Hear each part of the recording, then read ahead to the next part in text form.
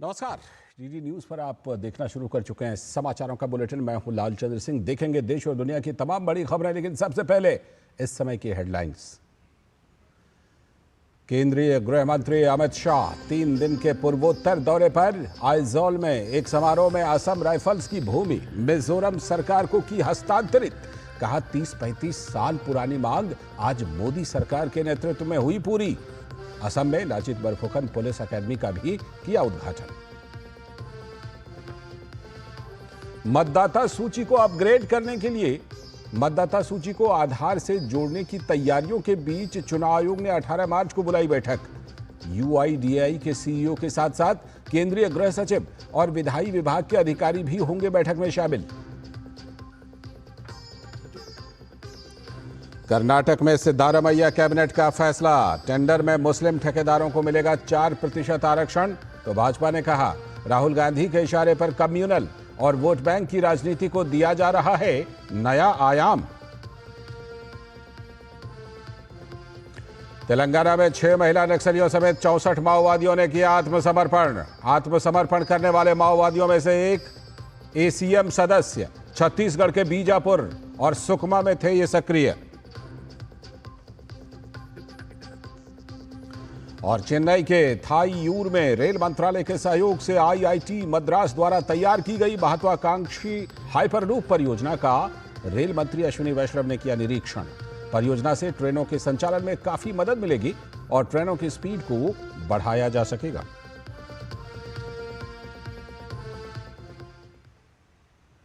और हेडलाइंस के बाद खबरें विस्तार से। और सबसे पहले एक बड़ी और अच्छी खबर आर्थिक व्यापारिक जगत से। भारतीय स्टेट बैंक ने अपनी नवीनतम इको रैप रिपोर्ट जारी की है, जिसमें भारतीय अर्थव्यवस्था के महत्वपूर्ण पहलुओं पर प्रकाश डाला गया है। और इस रिपोर्ट में महंगाई दर के रुझान, औद्योगिक विकास, मौद्रिक नीति से अपेक्षाओं और कॉरपोरेट क्षेत्र के प्रदर्शन का व्यापक विश्लेषण किया गया है, जिसमें सकारात्मक वृद्धि का अनुमान लगाया गया है। हालांकि कुछ वैश्विक आर्थिक अनिश्चितताओं पर भी नजर बनाए रखने की सलाह दी गई है।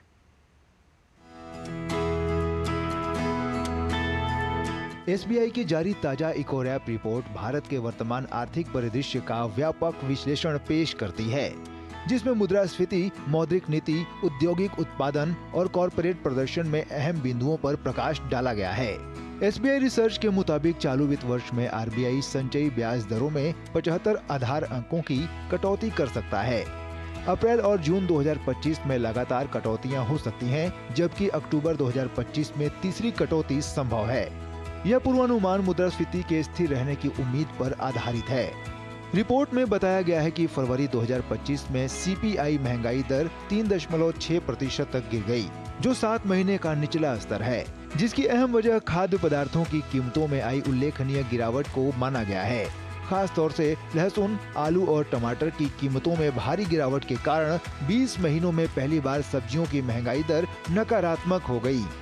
माना जा रहा है कि महाकुंभ मेले के चलते लहसुन की खपत में कमी आई है, जिससे इन कीमतों में बदलाव देखने को मिला है। रिपोर्ट के मुताबिक औद्योगिक उत्पादन में जनवरी 2025 में 5% की मजबूत वृद्धि दर्ज हुई, जो दिसंबर 2024 में 3.2% रही थी, जिसमें मैन्युफैक्चरिंग और खनन सेक्टर का अहम योगदान रहा। विनिर्माण क्षेत्र में 5.5 की वृद्धि, जबकि खनन में 4.4% की वृद्धि दर्ज की गई। रिपोर्ट में बताया गया कि भारतीय कंपनियों ने मजबूती दिखाई और वित्त वर्ष 2025 की तीसरी तिमाही में करीब 4000 लिस्टेड कंपनियों की कुल आय 6.2% बढ़ी है।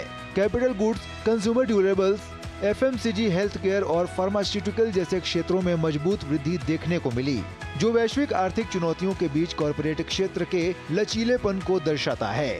इको रैप रिपोर्ट में भारत के लिए सकारात्मक आर्थिक प्रक्षेप पर प्रकाश डाला गया है, जिसमें घटती महंगाई दर, मजबूत औद्योगिक उत्पादन और स्वस्थ कॉरपोरेट आय शामिल है। हालांकि वैश्विक आर्थिक अनिश्चितताओं और बढ़ती आयातित महंगाई पर नजर बनाए रखना भी जरूरी होगा। शिशिर सालार की रिपोर्ट, डीडी न्यूज। तो ये खास रिपोर्ट आपने देखी, लेकिन इस रिपोर्ट में क्या कुछ प्रमुख बातें हैं और ये रिपोर्ट क्या कुछ इशारा कर रही है, इसको और ज्यादा अच्छी तरह से समझने के लिए हमारे साथ खास मेहमान जुड़ गए हैं। दिनेश कुमार खारा जी, जो कि पूर्व सीएमडी हैं एसबीआई के।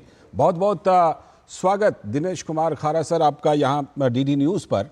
आपके जरिए सबसे पहले उस पहलू को, वैसे तो कई पहलू हैं इस रिपोर्ट में, लेकिन उस चीज को सबसे पहले समझना चाहूंगा जो कि अभी हाल का घटनाक्रम है, यानी कि जो महंगाई दर है वो 3.6% पर है और इसका सीधा असर जो CRR है, जो रेपो रेट है, जो रिवर्स रेपो रेट है, उन सब चीजों पर पड़ता है। तो ये 3.6% का जो महंगाई दर है, ये क्या संकेत दे रहा है कि आने वाले दिनों में जो हमारी मौद्रिक नीति होगी, जो हमारी आर्थिक नीति है, उस पर इस महंगाई दर का जो घटा हुआ दर है, इसका असर दिखाई पड़ेगा? सबसे पहले तो धन्यवाद, मेरे को अपने चैनल पर आपने बुलाया।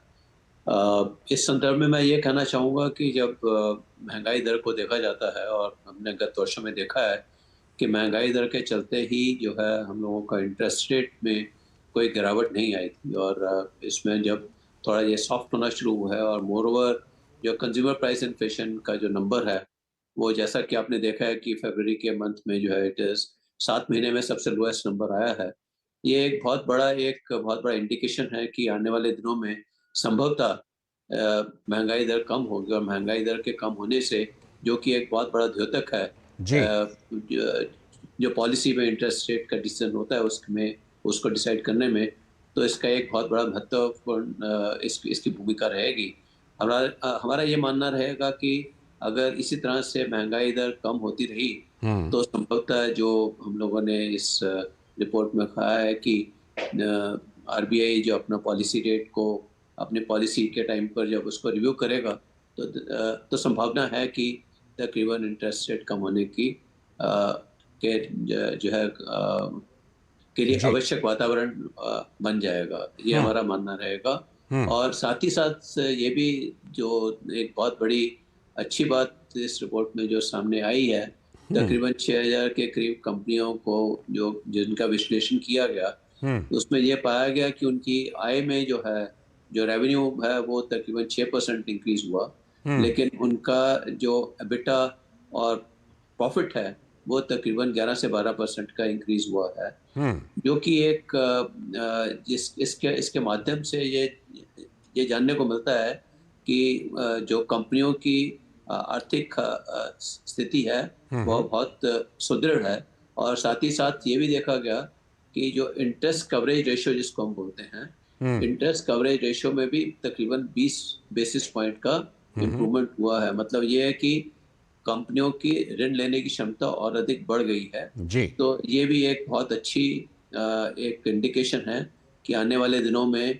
जो कॉर्पोरेट सेक्टर को भी जो है लोन अच्छे से मिल सकता है, और कॉर्पोरेट सेक्टर साथ ही साथ अपना योगदान दे सकता है अपने जो भी मतलब ग्रोथ रिलेटेड इनिशिएटिव्स हैं उनके लिए। ठीक है। एक बहुत इम्पोर्टेंट बात मैं आपसे कहना आपने चाहूँगा। जिस तरह से औद्योगिक विकास और जो कॉरपोरेट सेक्टर उसका जिक्र किया, औद्योगिक विकास का आप जिक्र कर रहे हैं, ये इसको क्या संकेत माना जाए कि जो अच्छे संकेत मिल रहे हैं उसमें मेक इन इंडिया, उसमें आत्मनिर्भर भारत, उसमें जो सरकार ने PLI स्कीम तमाम सेक्टर्स के लिए चलाए, क्या उसका अब अच्छा नतीजा, सुखद नतीजा अब हमारे सामने आ रहा है? ज्यादा उभर कर अब वो चीजें सामने आ रही हैं?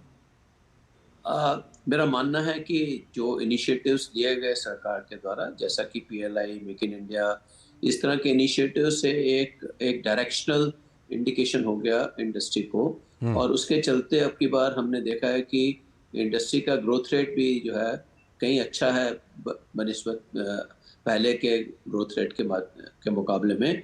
और साथ ही साथ एक बहुत इम्पॉर्टेंट चीज़ वो ये है कि जो मतलब कैपिटल गुड्स में जो ग्रोथ दिखाई देने को मिल रहा है, इसका मतलब यह है कि जो कैपिटल गुड्स का ग्रोथ का मतलब यह है कि आप इन्वेस्टमेंट में इम्प्रूवमेंट होने की पूरी आशा है, जो कि हमने देखा है कि जो प्राइवेट कैपिटल और प्राइवेट इन्वेस्टमेंट में बहुत अधिक वृद्धि नहीं देखी जा रही थी पिछले गत वर्षों में, लेकिन अभी जो इसमें कैपिटल गुड्स में जो इम्प्रूवमेंट दिखाई दे रहा है, वो बड़ा क्लियरली इंडिकेशन है कि ऑर्डर्स जो हैं मतलब कैपिटल इन्वेस्टमेंट के लिए ऑर्डर्स कॉर्पोरेट सेक्टर से आ रहे हैं, तभी इसमें ये ग्रोथ का देखा जा रहा है।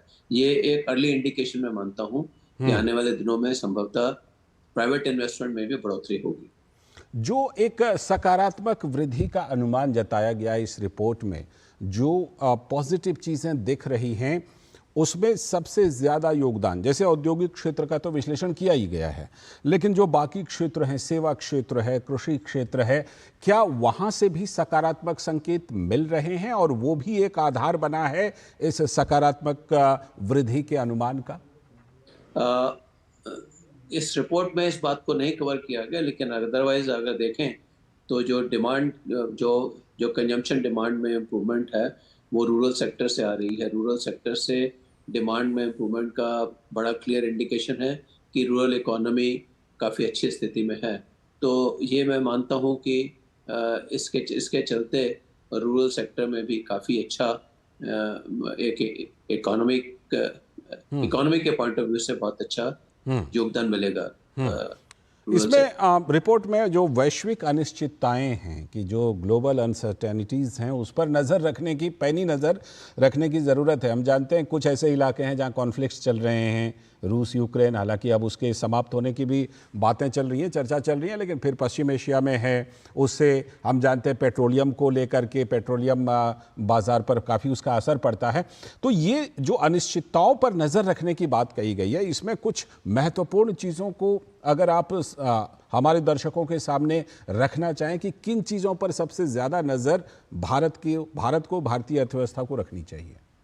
देखिए, ऐसा है कि जब यहाँ तक कि जो ग्लोबल हेडविंड्स हैं उनको देखते हुए सबसे बड़ा एक बहुत बड़ी चीज़ है कि जो हम क्रूड ऑयल का जो इंपोर्ट करते हैं, लेकिन अभी तक हमने देखा है कि क्रूड ऑयल जो मतलब एनर्जी की जो कॉस्ट है वो ज़्यादा इंक्रीज नहीं हुई है, लेकिन क्योंकि हमारा ये इंपोर्ट जो है डॉलर में होता है और गत कुछ महीनों से हमने देखा है कि रुपी और डॉलर की जो पैरिटी है उसमें रुपी वीक हुआ है।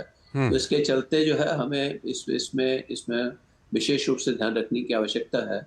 उसको हम इस तरह से भी एड्रेस कर सकते हैं कि अगर हम इंटरनेशनल मार्केट में अगर क्रूड अगर हमें सस्ते दाम में मिलेगा तो शायद इसका इम्पैक्ट जो है हम काफ़ी हद तक न्यूट्रलाइज कर पाएंगे। लेकिन ये आने वाले दिनों में इस बात पर निर्भर करेगा कि बाकी विश्व में इकोनॉमिक एक्टिविटी का क्या स्तर रहेगा, उस पर इस बात पर का इम्पैक्ट आएगा। बिल्कुल, तो ये बिल्कुल। एक रियलिटी है जिसको हम इग्नोर नहीं कर सकते, लेकिन हाँ, हमें इस बारे में कॉशियस रहने की। जी, बहुत बहुत शुक्रिया सर जुड़ने के लिए और हमारे दर्शकों को सारी बातें, जो बारीकियां हैं इस रिपोर्ट की, एसबीआई की इस रिपोर्ट की, समझाने के लिए बहुत बहुत शुक्रिया।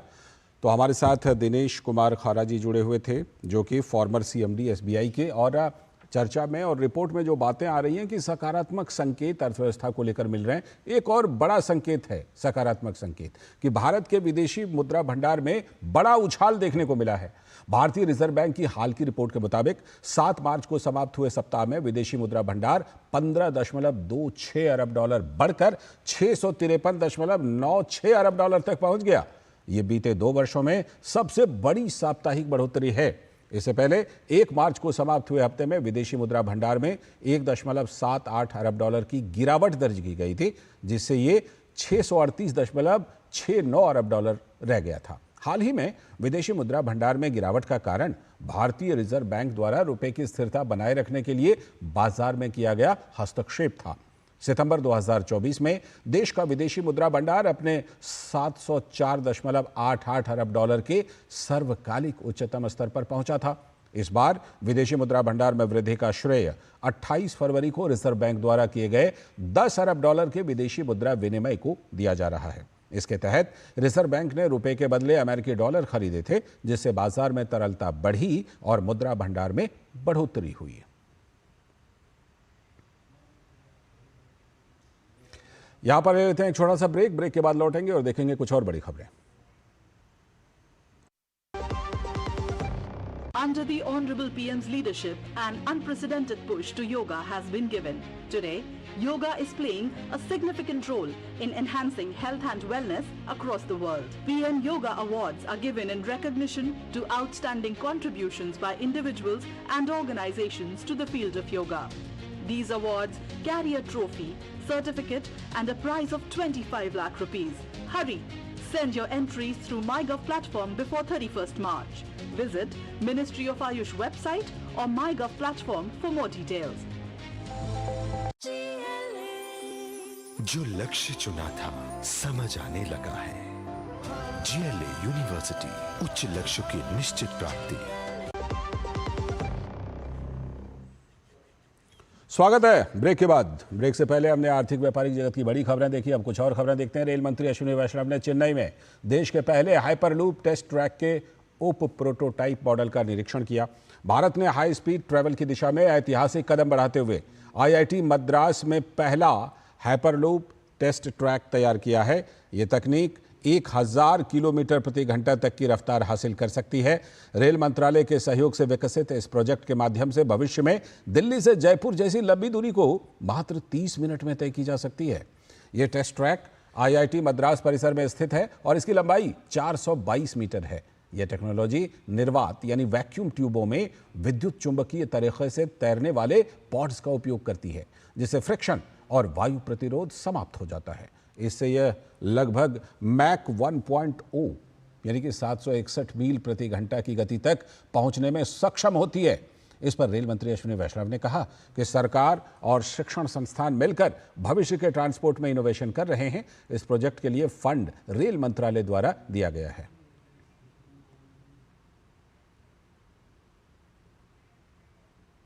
ये पॉड मैग्नेटिक लेविटेशन यानी ट्रैक के ऊपर नहीं चलेगा, ट्रैक से ऊपर उठ के चलेगा। इस तरह का इसका एक्सपेरिमेंटेशन हो रहा है। काफी अभी जर्नी बाकी है, अभी एक्सपेरिमेंटल स्टेज पे है और रेलवे की तरफ से पूरा सपोर्ट है, इंडस्ट्री की तरफ से पूरा सपोर्ट है, भारत सरकार की तरफ से पूरा सपोर्ट है। जैसा आप जानते हैं, प्रधानमंत्री श्री नरेंद्र मोदी जी हमेशा इनोवेशन पे जोर देते हैं। टेक्नोलॉजिकल इनोवेशन पे जोर देने के कारण इतना बड़ा स्टार्टअप का इकोसिस्टम बनाया है मोदी जी ने। ये उसी थॉट प्रोसेस का, उसी फिलॉसफी का हिस्सा है। और चेन्नई के थाईयूर के डिस्कवरी सेंटर में IIT मद्रास ने यह हाइपरलूप परियोजना विकसित की है। रेल मंत्रालय के आर्थिक सहयोग से IIT मद्रास ने अपने कैंपस में यह हाइपरलूप तैयार किया है। IIT मद्रास के निदेशक प्रोफेसर कामाकोटी विजयनाथन ने DD न्यूज से खास बातचीत की और इसमें इस परियोजना के बारे में जानकारी दी। इससे अंडरग्राउंड ट्रेनों के संचालन में काफ़ी मदद मिलेगी और ट्रेनों की स्पीड को बढ़ाया जा सकेगा। इस परियोजना के लिए IIT मद्रास ने रेल मंत्रालय और केंद्रीय रेल मंत्री अश्विनी वैष्णव को धन्यवाद दिया है। अब IIT मद्रास के द्वारा हमारा देश के लिए बहुत प्राउड मोमेंट रखा है। ये हाइपरलूप टेक्नोलॉजी में हम हाउ फार हम पहुंच गया, आज क्या क्या हम करना चाहते हैं। हाइपरलूप टेक्नोलॉजी एक बहुत बड़ा एक्सप्लोरेटरी प्रोजेक्ट है हमारे लिए। रेलवेज, मिनिस्ट्री ऑफ रेलवेज इसका हमें बहुत बड़ा सपोर्ट किया है अभी तक।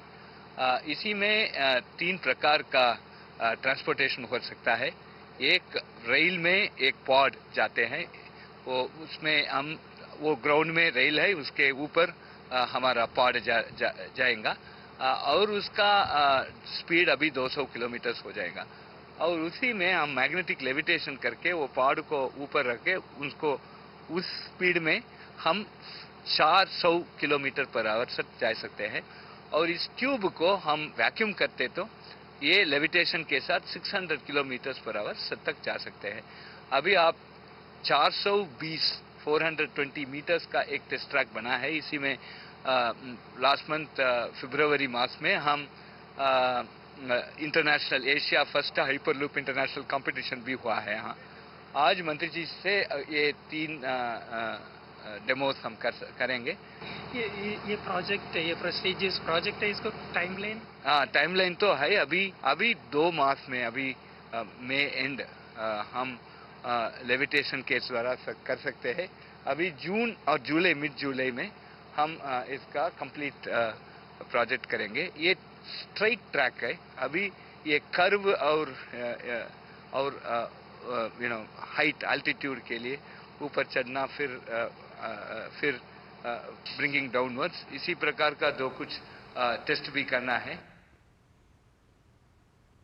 और इससे पहले केंद्रीय इलेक्ट्रॉनिक्स और सूचना प्रौद्योगिकी मंत्री अश्विनी वैष्णव ने तमिलनाडु के थिरुवल्लूर जिले में श्री पेरुम्बदूर के पास एक निजी इलेक्ट्रॉनिक्स फैक्ट्री जेटवर्क का उद्घाटन किया।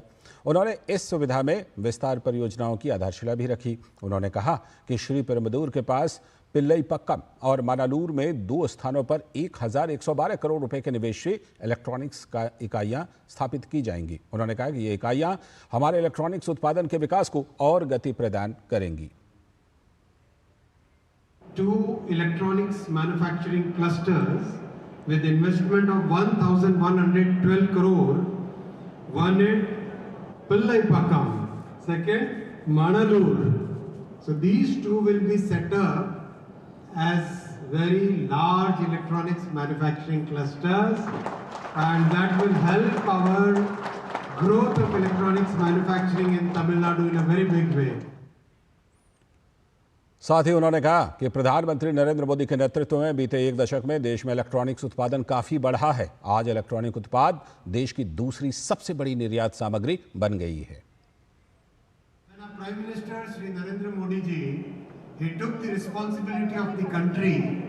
That time electronics manufacturing was a very small industry. Today electronics has become the second largest export item in the country, overtaking many conventional industries which had developed export over decades. And just see, within 1 decade electronics has become the second largest. और अब बात इसरो के एक और बड़े कदम की। इसरो ने LVM-3M6 mission के लिए CE-20 क्रायोजेनिक इंजन की उड़ान स्वीकृति के लिए सफलतापूर्वक हॉट टेस्टिंग की। तमिलनाडु के महेंद्रगिरी स्थित इसरो प्रोपल्शन कॉम्प्लेक्स में इसका परीक्षण किया। प्रत्येक मिशन के लिए क्रायोजेनिक इंजन को उड़ान के लिए स्वीकृति के भाग के रूप में हॉट टेस्टिंग से गुजरना पड़ता है। LVM-3 प्रक्षेपण यान मार्क 3 भारतीय अंतरिक्ष अनुसंधान संगठन यानी इसरो की ओर से विकसित एक 3 चरणीय मध्यम उठान प्रक्षेपण यान है। इसरो के अनुसार यह परीक्षण विधि क्रायोजेनिक इंजन के उड़ान स्वीकृति परीक्षण के लिए आवश्यक सेटअप समय और प्रयास को काफी कम कर देती है, जिससे अंतरिक्ष मिशनों के लिए क्रायोजेनिक चरणों की तेजी से डिलीवरी में मदद मिलती है। भारतीय जनता पार्टी ने मुख्यमंत्री M.K. स्टालिन के नेतृत्व वाली तमिलनाडु सरकार पर सरकारी तमिलनाडु राज्य विपणन निगम यानी TASMAC के माध्यम से 1000 करोड़ रुपए का शराब घोटाला करने का आरोप लगाया है। भाजपा का दावा है कि प्रवर्तन निदेशालय यानी ED की चल रही छापेमारी ने बड़े पैमाने पर वित्तीय अनियमितताओं को उजागर किया है। भाजपा ने शुक्रवार को तमिलनाडु के मुख्यमंत्री M.K. स्टालिन पर तमिलनाडु में तमिलनाडु राज्य विपणन निगम और शराब आपूर्ति करने वाली कंपनियों पर चल रही ED की छापेमारी से ध्यान हटाने के लिए त्रिभाषा नीति और अन्य मुद्दों पर निराधार अफवाहें फैलाने का आरोप लगाया। भाजपा के प्रदेश अध्यक्ष के अन्नामलाई ने कहा कि ED ने डिस्टिलरी से रिश्वत के रूप में भुगतान किए गए 1000 करोड़ रुपए की बेहिसाब नकदी से जुड़े दस्तावेजों का खुलासा किया है।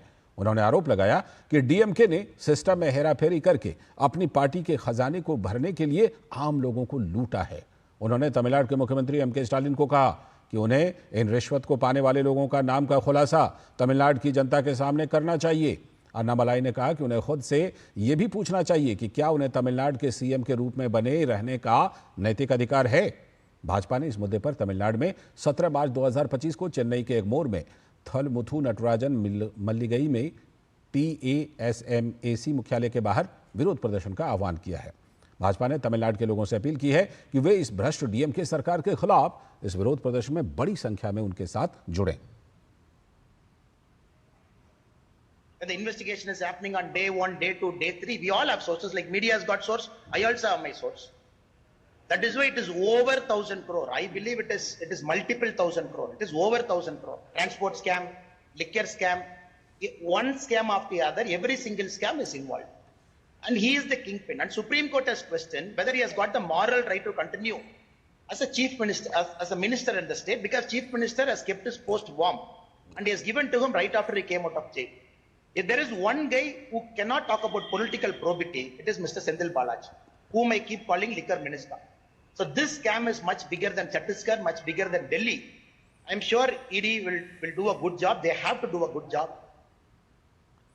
और अब खबर राजस्थान से। विधानसभा में नेता प्रतिपक्ष टीकाराम जूली की अभिनेत्री माधुरी दीक्षित पर दिए गए आपत्तिजनक बयान के बाद सियासी बयानबाजी तेज हो गई है। नेता प्रतिपक्ष टीकाराम जूली ने सरकार पर आईफा आयोजन में अनियमितताओं का आरोप लगाते हुए कई सवाल दागे।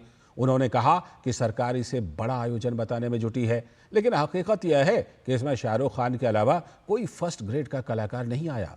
उन्होंने बॉलीवुड अभिनेत्री माधुरी दीक्षित को सेकंड ग्रेड बताकर उनका अपमान किया। टीकाराम जूली ने कहा कि माधुरी दीक्षित का दौर तो अब खत्म हो चुका है, अब वो सेकंड ग्रेड की अभिनेत्री हो चुकी हैं। टीकाराम जूली के बयान की भाजपा ने कड़ी आलोचना की है।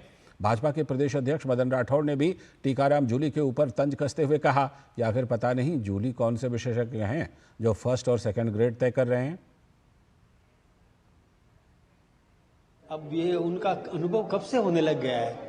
वो एक्ट्रेस के बारे में ए ग्रेड बी ग्रेड देने लग गए। ये प्रशिक्षण उन्होंने कहाँ से प्राप्त कर लिया? ये सर्टिफिकेट वो देने के लिए उन्होंने कोई बहुत बड़ा अनुभव प्राप्त किया होगा, विश्लेषण किया होगा कि एक्ट्रेस को भी A grade B grade C grade वो दे सके। ये जूली साहब की और वो परीक्षण क्षमता वो जाने। और वहीं टीकाराम जूली को अपनी ही पार्टी कांग्रेस में भी विरोध झेलना पड़ रहा है। पूर्व मुख्यमंत्री अशोक गहलोत ने इस मुद्दे पर कहा कि हमें कलाकारों का सम्मान करना चाहिए। फिल्मी दुनिया में कलाकारों का कोई अलग दर्जा नहीं होता, सभी कलाकार समान होते हैं। एक्टर जो भी आए हैं उन सबका हमें स्वागत करना चाहिए। उसमें कोई दर्जा नहीं होता था, ये सीनियर है या जूनियर है। वो तो एक फिल्मी दुनिया है। फिल्मी दुनिया के अंदर तो कलाकार कलाकार ही होता है। मैं तो कलाकार कोई हो, उन सबका मैं सम्मान करता हूँ। और इसके साथ इस बुलेटिन में इतना ही, लेकिन डीडी न्यूज़ पर खबरों और कार्यक्रमों का सिलसिला लगातार जारी। हमें दीजिए अनुमति। नमस्कार।